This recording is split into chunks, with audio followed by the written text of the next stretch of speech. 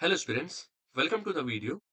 तो आज के इस वीडियो में हम लोग बात करेंगे वैसे स्टेट यूनिवर्सिटीज के बारे में जो कि आपको लॉ की कोर्सेज ऑफर करते हैं थ्रू सीयूईटी।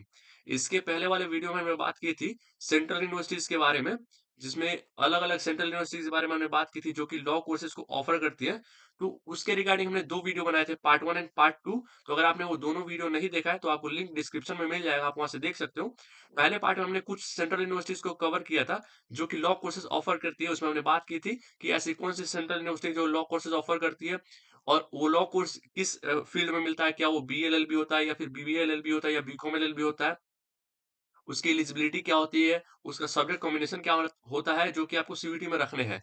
और दूसरे पार्ट में भी हमने जो बची हुई सेंट्रल यूनिवर्सिटीज थी उसके बारे में बात की थी कि ऐसी कौन कौन सी सेंट्रल यूनिवर्सिटी जो कि हमने कवर नहीं की और लॉ कोर्सेज को ऑफर करती है, जैसे कि यूनिवर्सिटी ऑफ इलाहाबाद काफी फेमस है। तो ऐसे ऐसे सेंट्रल यूनिवर्सिटीज के बारे में हमने बात की थी। आज के इस वीडियो में हम लोग बात करेंगे ऐसे स्टेट यूनिवर्सिटीज के बारे में जो कि लॉ कोर्सेज को ऑफर करते हैं, जहां से आप लॉ कोर्स कर सकते हैं। अगर आप सीयूईटी में लॉ को टारगेट कर रहे हैं देन आप अपने फॉर्म में इस यूनिवर्सिटीज को डाल सकते हैं, ठीक है।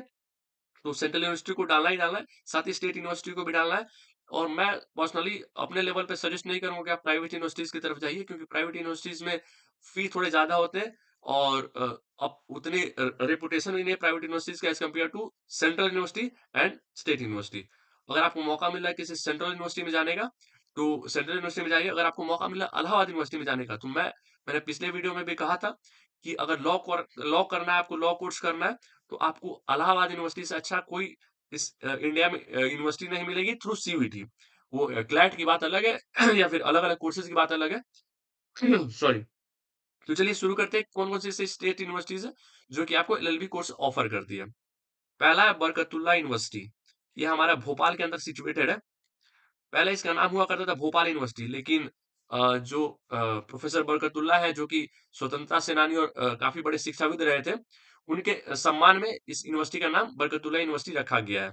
कभी आपको मौका मिले तो इनके बारे में पढ़िए, काफ़ी बड़ी ह हस्ती थे ये।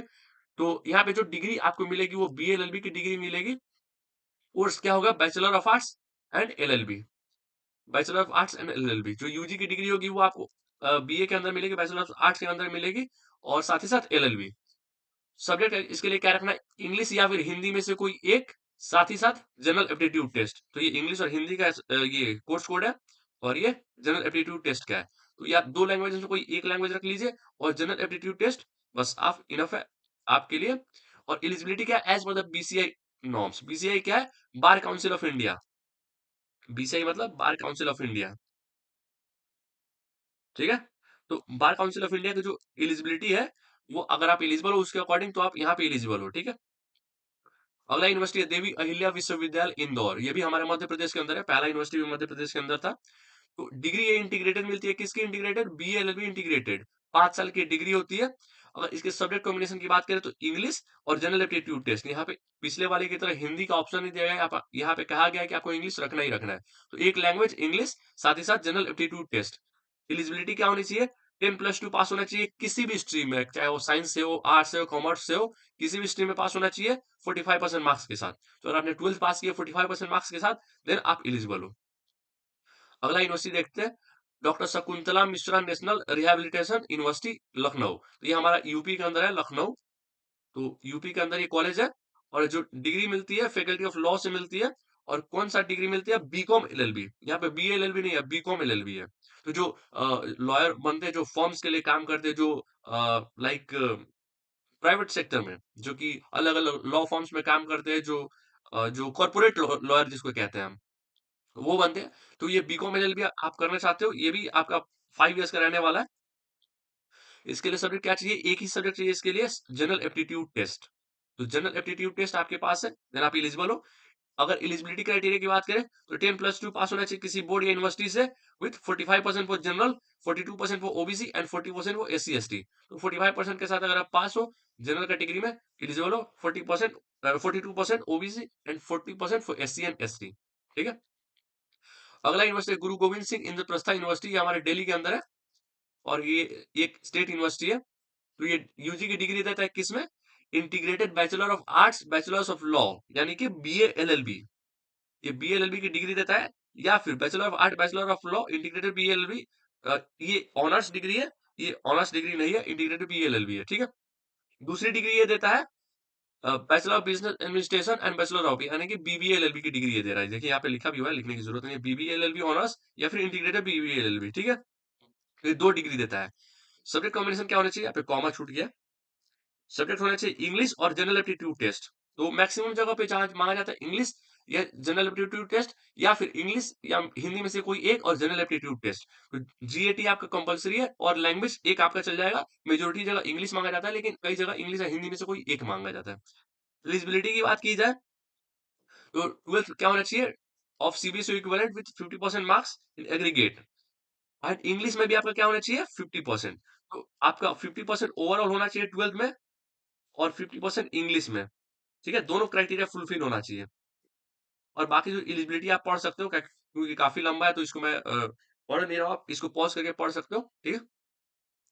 अगला है सम्राट विक्रमादित्य विश्वविद्यालय उज्जैन, ये भी अगर अगेन हमारा मध्य प्रदेश के अंदर है, तो सम्राट विक्रमादित्य विश्वविद्यालय ये आपको बीएलएलबी की डिग्री देगा, बीएलएलबी 5 इयर्स और 10 सेमेस्टर्स होंगे।